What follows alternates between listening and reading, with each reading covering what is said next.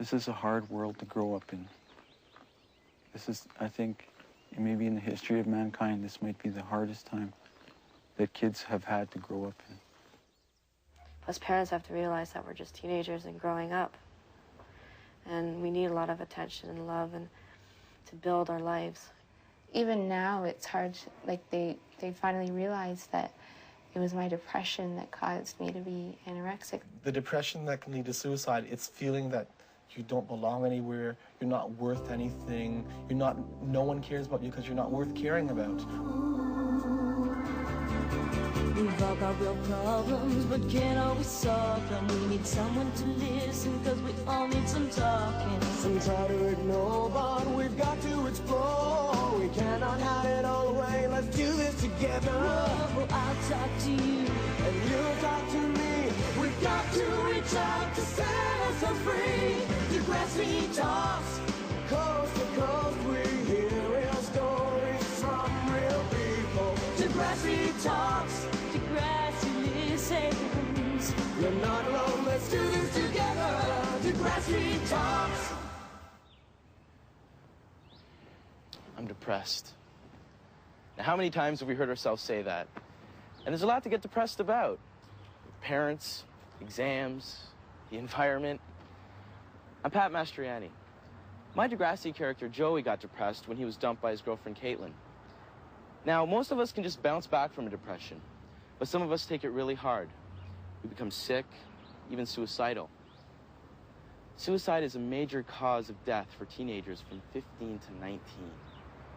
Now, we've traveled from coast to coast to find out what gets you down and how you deal with your depression. Yeah? Rolling. This is Morning Day Shock for Degrassi Talks. And could you tell me what gets you down? Weather. Rainy weather, sometimes, yeah, that gets me down. Just news. I guess basically boyfriends. They're such a pain. Losing a girlfriend. Yeah, a girlfriend that I was going out with for quite a while. So? So, I think we should stop seeing each other. Is this because of that Claude guy? Claude. You're not gonna go out with him, are you? It just happened so quickly and it hits you all of a sudden. And when it first happens, you know, you think, well, geez, I'll bounce back in a little while. You know, it won't take long. And then all of a sudden, you finally realize, yeah, that, you know, geez, it wasn't as easy as you thought. Well, I guess the world we live in it's not too perfect. So things that happen around us sort of, you know, they can bring you down. The way that people really don't care about the environment as much as other people should, and how they're letting everything just go to waste, and they don't realize that sooner or later the earth is just going to be, you know, more trash than it is now. When I moved here in 1977, this was the most beautiful place that I'd ever seen. We went to Alberta to talk to Dean. Really clear. He lives on the Cold Lake First Nation Reserve. And now there's hardly, you know, it's not very often that I see a deer. Or bears, there used to be a lot of bears here, and now there aren't as many. Why do you think this has happened? Well, what happened was, about the time I moved back, they started building heavy oil sands projects around this lake and around this area. And with that came an influx of people as well as industry. And since that time, when they started heavy usage of the oil and that's when I've noticed how the environment has been changing very quickly. Over here, you can still swim in this lake. But what scares me is just the fact that if this pollution continues, that maybe someday we won't be able to. Yeah. And it really depresses me, you know, a lot of times when I think about it. I wonder, you know, how long does it have to continue, and is it going to get better? Or is it going to get worse? Yeah, or is it going to get worse, you know? If the land is polluted and destroyed, you know, how are we going to grow food? Like, maybe it might be just fine for my whole lifetime. But what if I'm contributing to this destruction of the earth? What about my children? What makes you depressed? Just basically rejection and failures and not being accepted by people. Sometimes at schools there's the in crowd and then there's the out crowd, and if you're not in the in crowd, then the in crowd puts you down and all that. Some people don't accept the way you are or the way you appear or the way you look, etc., etc.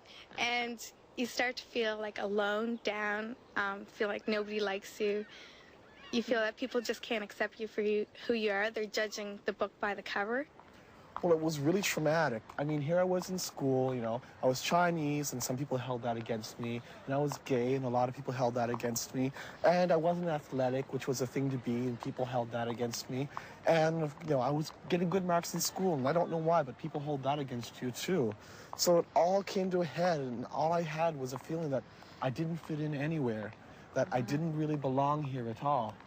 For me, I guess part of it was I was struggling to find my place in society, and everywhere I looked, there was nowhere for me. Every door I tried to open was shut again. And until I finally found a door that opened and stayed open for me, I thought that I was completely worthless.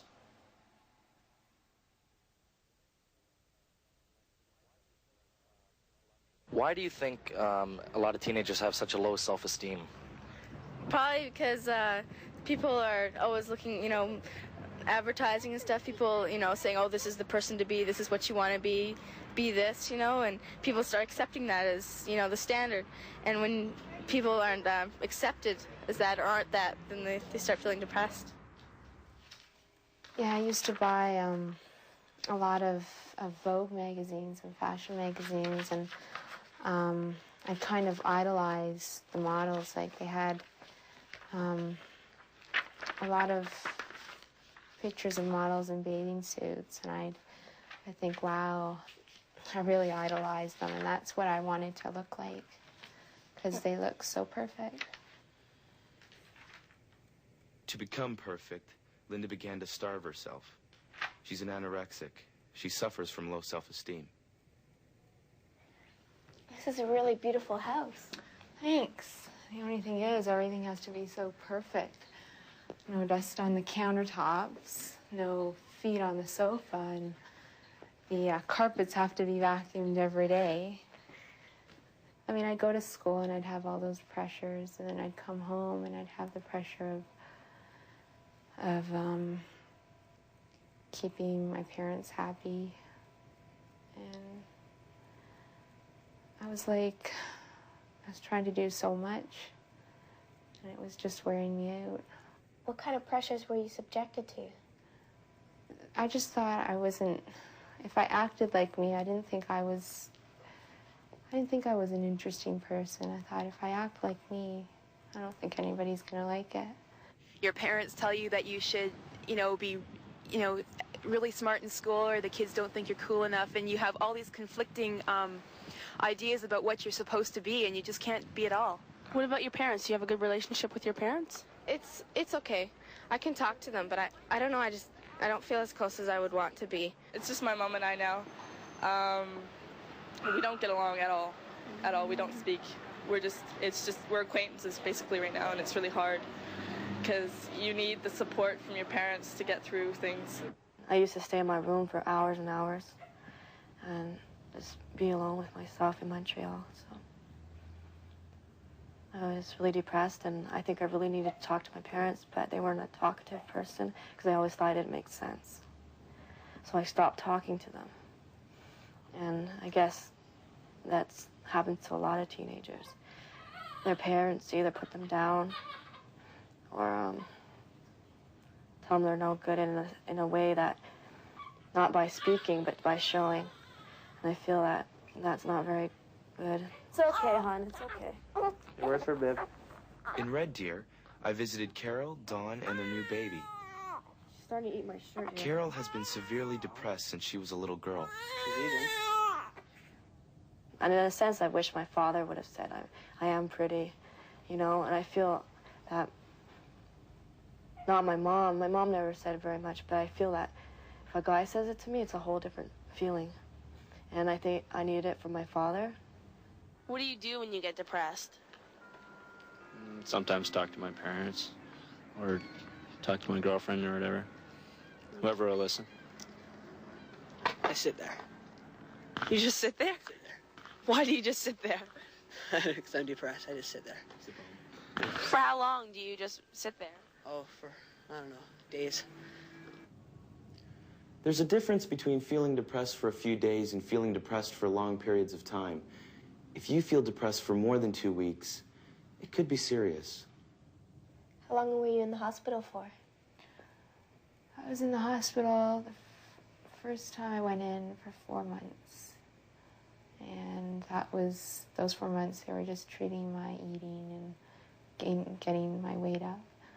When I had a relapse, that's when they found out that it was more than just eating, that it was my depression that caused me to be anorexic. Like they were always saying, oh, just eat and everything will be okay.